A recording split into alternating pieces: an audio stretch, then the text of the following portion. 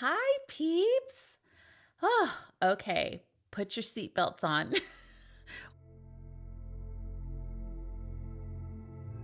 We're going into a deep conversation today. This was a question that was brought up by a listener. And, as I think I've told you before, we started this in our newsletter. We have a little button thing, reply thing that we can say what kind of subjects do you want to talk about on the show. Let us know, something we can bring up. Great. And I got this one that said, can you talk about the purity culture? Like, how do you stay pure if you haven't had a mom that's taught you that kind of stuff? And I was like, oh, no. I am not the mouthpiece for that. I do not proclaim to be any kind of, purity mom kind of thing. That's a heavy subject to dive into. So I was talking to my daughter, Dominique, and she said, Mom, yeah, I think it is. I think it is a good subject. And we had a really good discussion, and it just dinged for both of us where we're like, this is exactly why I should talk about this, is because I have a really good relationship with my girls where we can talk about sex. We can talk about any subject because that is how I raised them. So I said, you know what? I'm going to dive into it. And this may be an unpopular opinion, like the things I am going to talk about, and you may not agree with all of it, and that's okay. But I think it bears talking about. I think it's time to open that discussion box and that communication. So the question is, does it make a difference if you have grown up without your mom discussing or teaching you about purity? So we're going to dig into this volatile issue. But first, I just think the very first thing that came to our mind when we were talking about this was it's communication, guys. It's all about being able to communicate with your children. And this isn't just for girls. I think for sure boys, because now with social media and it's easier to get on porn sites, and really, you don't even have to get on porn sites. You could just go on TikTok or whatever. There's so many things that are just not good on there. There's just a ton of information that kids can get on and learn about sex that is where they're not ready, that is not for their eyes, shouldn't be for their eyes, and yet it's there. And if we're not going to communicate, then we got a problem. So when Dom and I had this conversation, we were kind of ruling out the pros and cons of it, and I realized that the answer to this question all along is just, how do you talk to your children, and does it make a difference if you haven't had a mom that has taught you these things? And I have a story about that, of course. We become such a scared population of trying to say the perfect thing in fear that we're going to be canceled or wrecked by the opposing opinion. We tend to be quiet instead of speaking about tough subjects. So I am going to hit upon this today. I feel like the reason you listen to my podcast is because I keep it real. I don't shy away from hard subjects, and I'm not going to start doing that now. There will be things, of course, keep in mind, I'm not going to talk about any subject. It has to relate to an unmothered dialogue. So I feel like this goes in combination today. I'm going to be talking about daughters and moms and what happens when you don't have a mom to look up to. And so it always has to come back to motherhood. I'm not going to bring up subjects just for shock value. That's not what I'm about, but I am about being honest. I'm always going to be honest with you guys. And you may not agree with me on everything, but I'm always going to at least try to be honest with you about, this is the way I feel about it.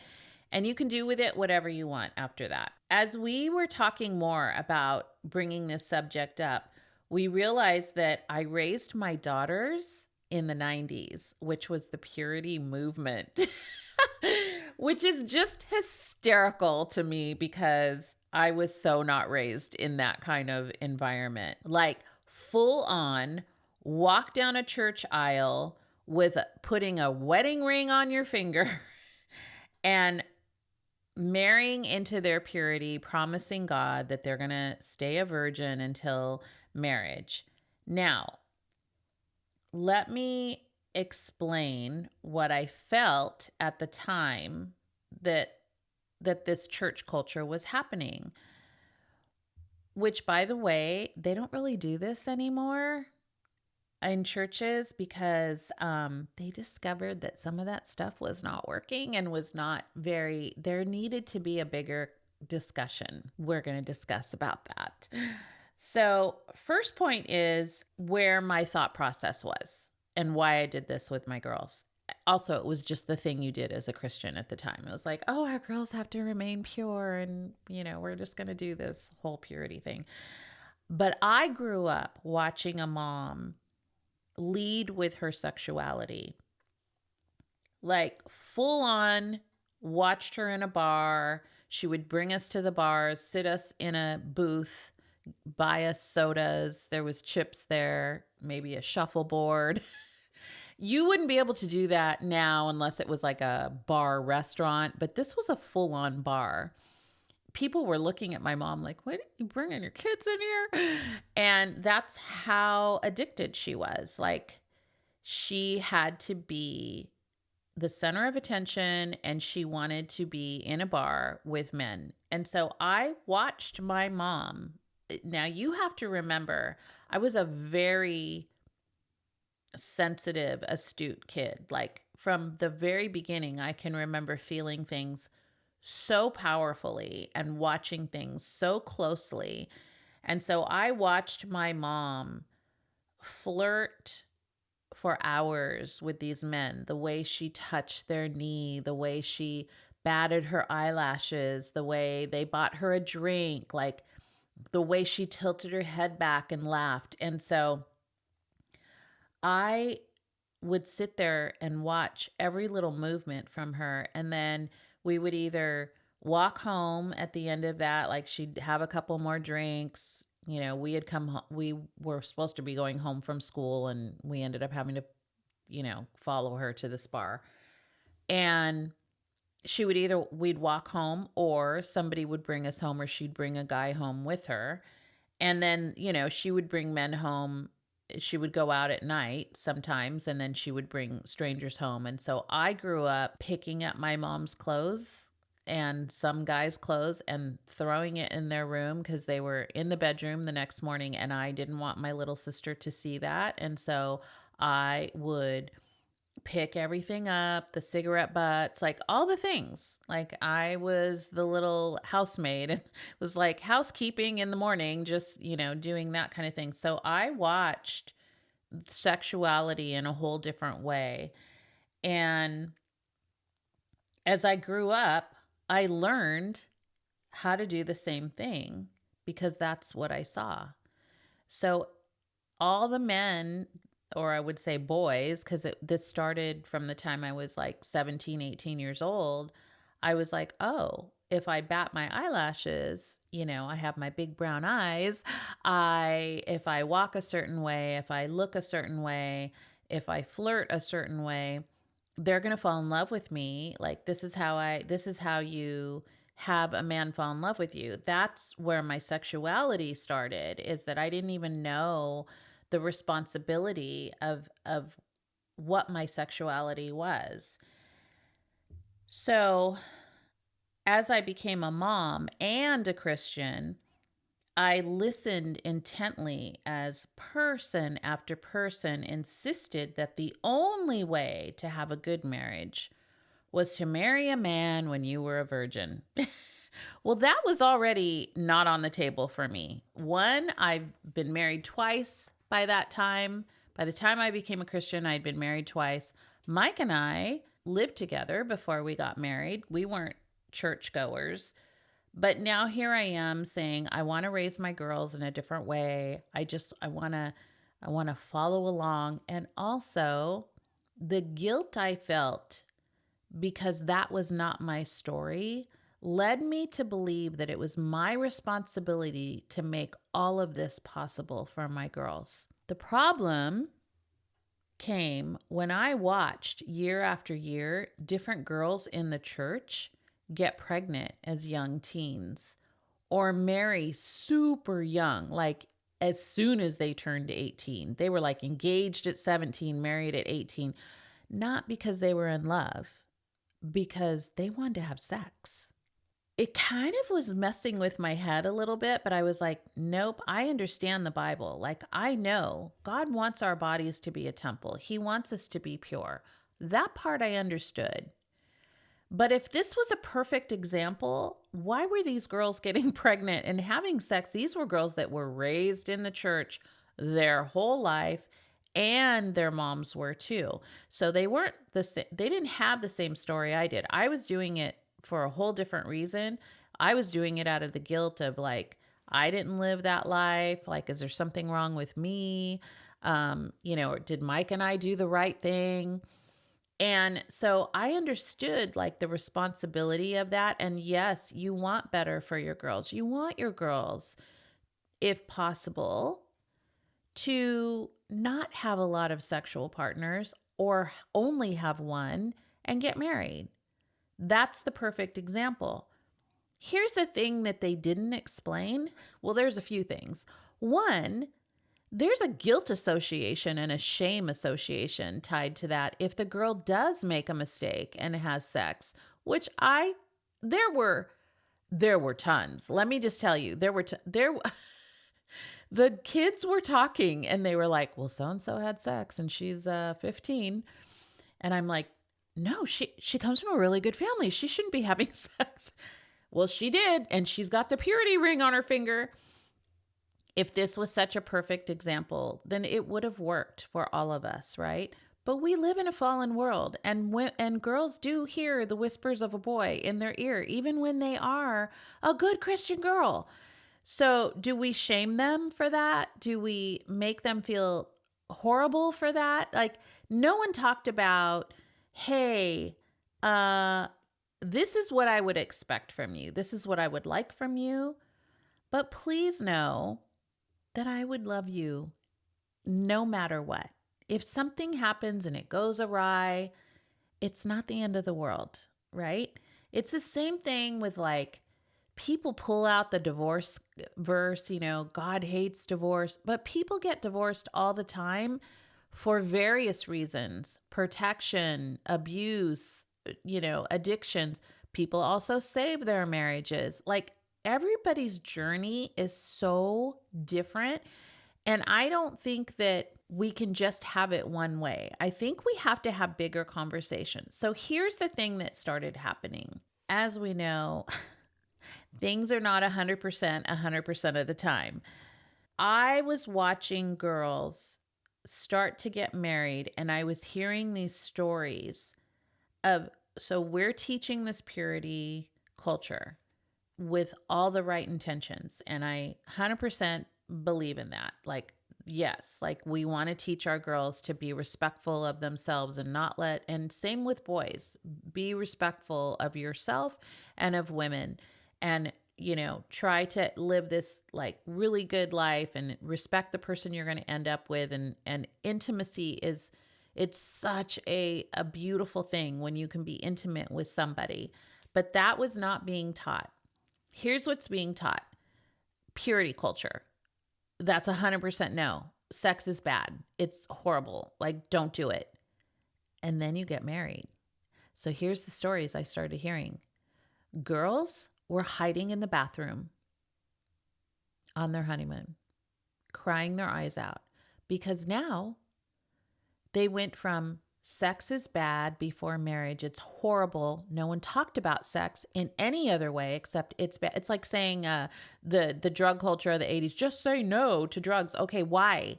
Because drugs feel really good until you're coming down off the drugs. Ask me how I know. So you cannot just start with a no and not give an explanation of all the different parts of this. So you're teaching these girls purity, purity, purity. Don't let anyone touch you ever, ever, ever, ever until you get married. Now you're supposed to be a sex vixen in bed with your husband. Now all of a sudden it's supposed to be fantastic. It feels great. It's intimate. It's your husband. It's amazing. How do they get from A to Z? That was my question. Is like, okay, so we're teaching them this one way, but we're not telling them like sex is beautiful. I'm not going to shy around like that. I'm not going to shy from that. Like, I'm sorry. It's a beautiful thing when it's with somebody you love, when it's with someone that is the most intimate part of your relationship that you can share with somebody. It's a beautiful, beautiful thing. But how do you get from A to Z when you're teaching these young girls this and all of a sudden now they have to do this? I heard story after story after story. Then I'm hearing stories from the boys, the men now are like, no, you're my wife. I'm going to take what is mine.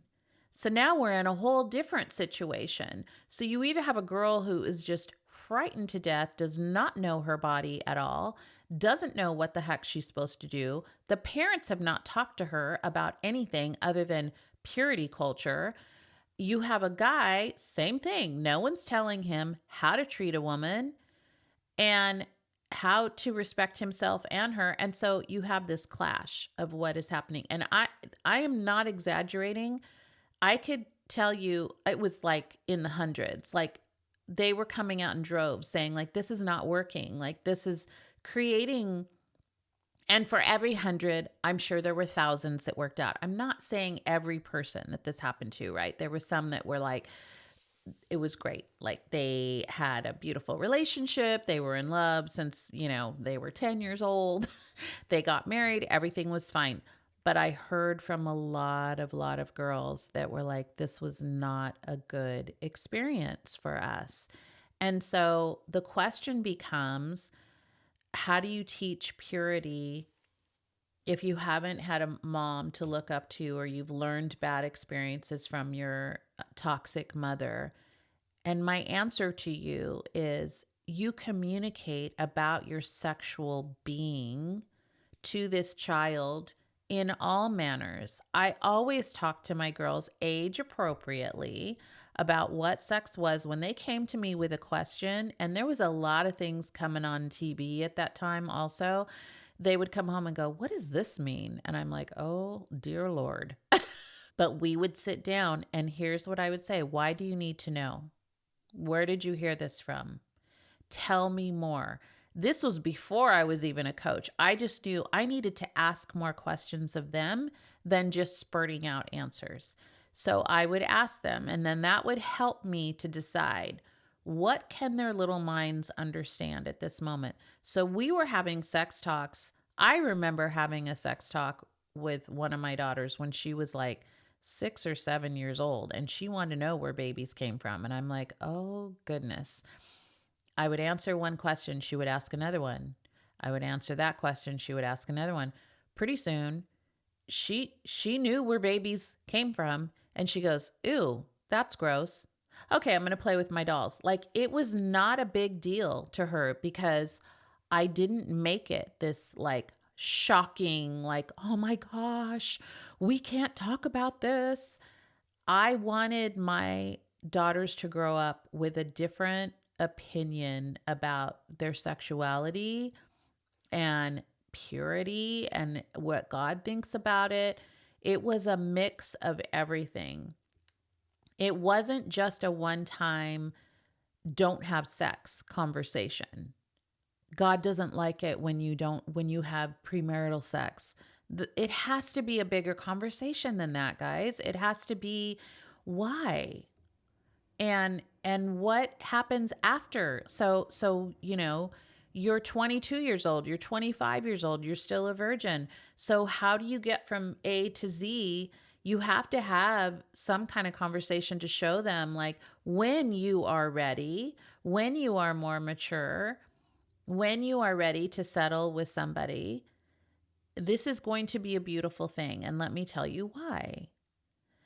That's a hard conversation. It's not easy. One thing I want to really emphasize is I am not advocating sex before marriage, but I think the discussion has to be bigger than don't have sex before marriage.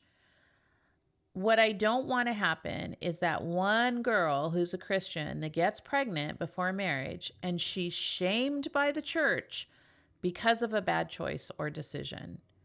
What we need to do is support these girls for all the different scenarios. And truthfully, I don't have all the answers to these questions, but I think it's time that we start talking about it a little bit more. So it comes back to this request to talk about purity. And my daughter and I realized that communication is the key. It's the biggest answer to this question. Both my daughters have grown up in a household that doesn't hold so tightly to rules that may be broken because of choices in life. As I walked them through purity culture, I also talked to them extensively about sex and relationships. I shared some of my own mistakes as a young woman and when it was age appropriate. And I smiled as we were discussing this episode because I realized that I can talk about anything with my daughters. No subject is off limits. And that to me is something that has helped them through their own mistakes and ultimately led them to their husbands today, which they have both picked amazing men to grow old with.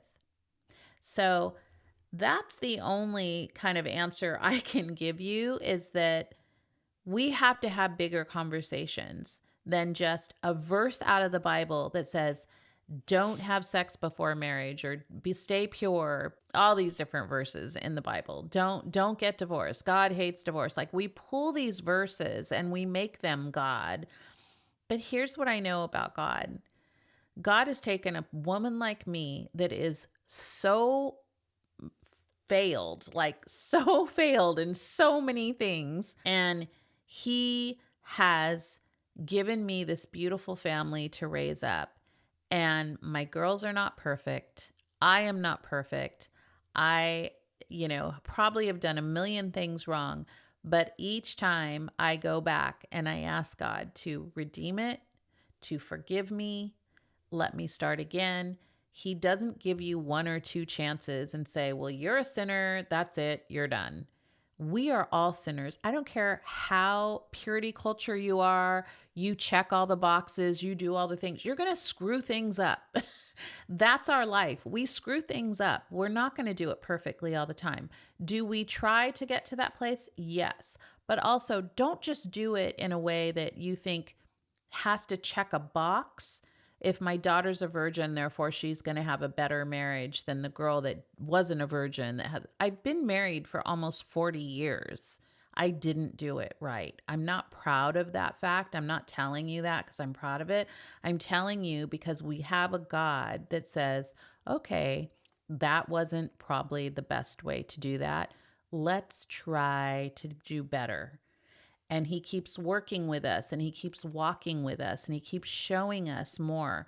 So don't hold tightly to a rule and think that their whole life is going to be ruined because one single thing didn't go the way you had planned in your head, or you think this is how the Bible is, and therefore it's like you can't ever veer from that. We're never going to be able to follow the Bible 100%, 100% of the time. So just know that God is with you. He is guiding you. You get to have redos all the time. Just keep asking him. Just keep on your knees asking him, can you please forgive me and show me a different way? This is not working. I did this wrong. It's okay. And don't do that with a ton of shame around you, because when you ask for forgiveness, it is forgiven. You don't have to keep beating yourself up like, oh my gosh, I'm a horrible person. I'm not a virgin. I'm not this. I'm not that. It's like, we know, and it's okay. And God knows. And he's like, I got it. I died for this. It's all right. We're going to be fine. So know that you can change your mind, you can change course, you are going to make mistakes, but if you're a mom and you're raising these kids, please give them good information.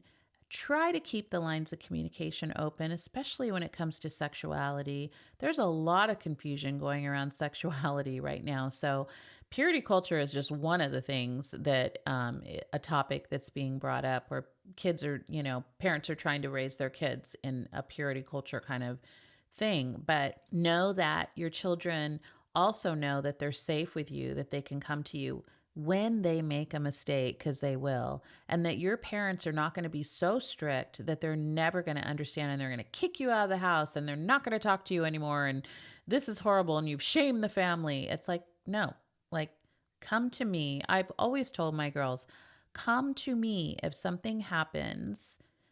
You have made a mistake. I don't want this to happen. I'm telling you right now, I'm not giving you permission, but I'm telling you, if something happens, please come to me, because God forbid those girls got pregnant in high school. I told them, I said, you have to understand something. That's my grandchild. And I'm going to love that grandbaby. And I'm still going to love you. If you don't have the guts to tell your kids that, please find it somewhere. Please don't ever shame your children into thinking that they can't come home or they could never tell you. This is why, I believe, one of the reasons why women do abort babies is because they can never go home and tell their parents. They're deathly afraid of that. So let's not start that into a whole nother thing. Let's let them come to a place where they feel safe, that we all make mistakes. God knows it. He will show us a different path and we can continue on.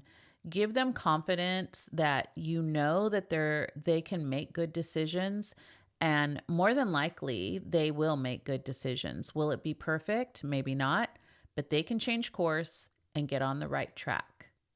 Can they do that? Absolutely. I hope this episode helped you. I have some other ideas coming. They probably won't be this crazy. But I hope that this was something that really answered your question to that listener that was asking about that. And until next time, we'll see you later, peeps.